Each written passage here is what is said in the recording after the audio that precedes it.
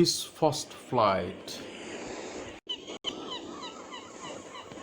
The young seagull was alone on his ledge. His two brothers and his sister had already flown away the day before. He had been afraid to fly with them. Somehow, when he had taken a little run forward to the brink of the ledge and attempted to flap his wings, he became very afraid. The great expanse of sea stretched down beneath, and it was such a long way down, miles down. He felt certain that his wings would never support him. So he bent his head and ran away back to the little hole under the ledge where he slept at night. Even when each of his brother and his sister, whose wings were far shorter than his own, ran to the brink, flapped their wings and flew away, he failed to muster up courage to take that plunge, which appeared to him so desperate. His father and mother had come around, calling him shrilly, upbraiding him, threatening to let him starve on his ledge unless he flew away. But for the life of him he could not move.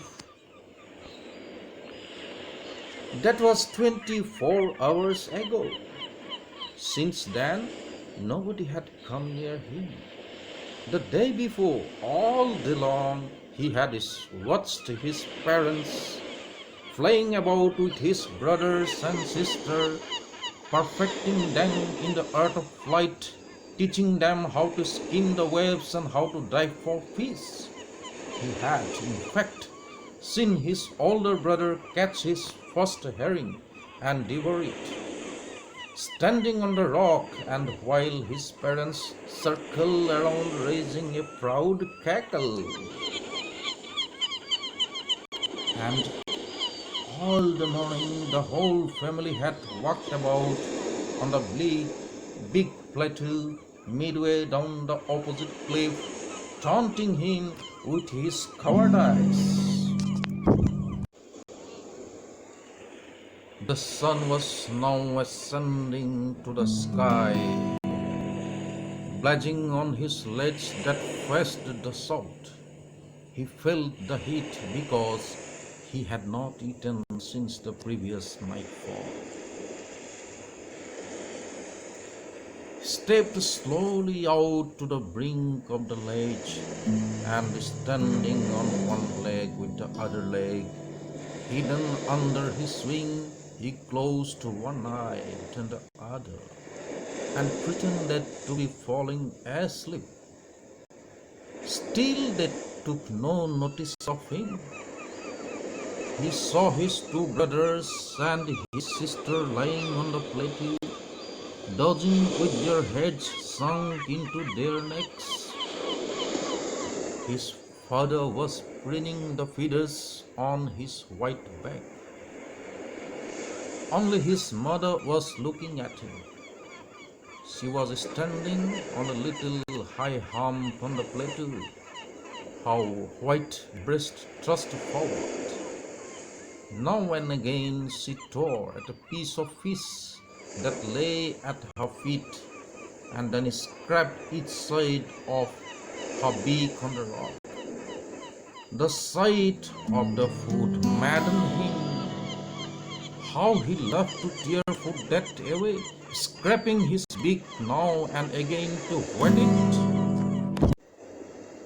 Ga ga ga, he cried, begging her to bring him some food. Gokula, she screamed back derisively. But he kept calling plaintively, and after a minute or so he uttered a joyful scream. His mother had picked up a piece of fish and was flying across to him with it. He leaned out eagerly, tapping the rock with his feet, trying to get near to her as she flew across. But when she was just opposite to him, she halted, her wings motionless, the piece of fish in her beak almost within reach of his beak. He waited a moment in surprise, wondering why she did not come nearer.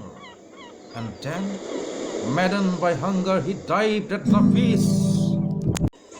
With a loud scream, he fell outwards and downwards into space. Then a monstrous terror seized him, and his heart stood still.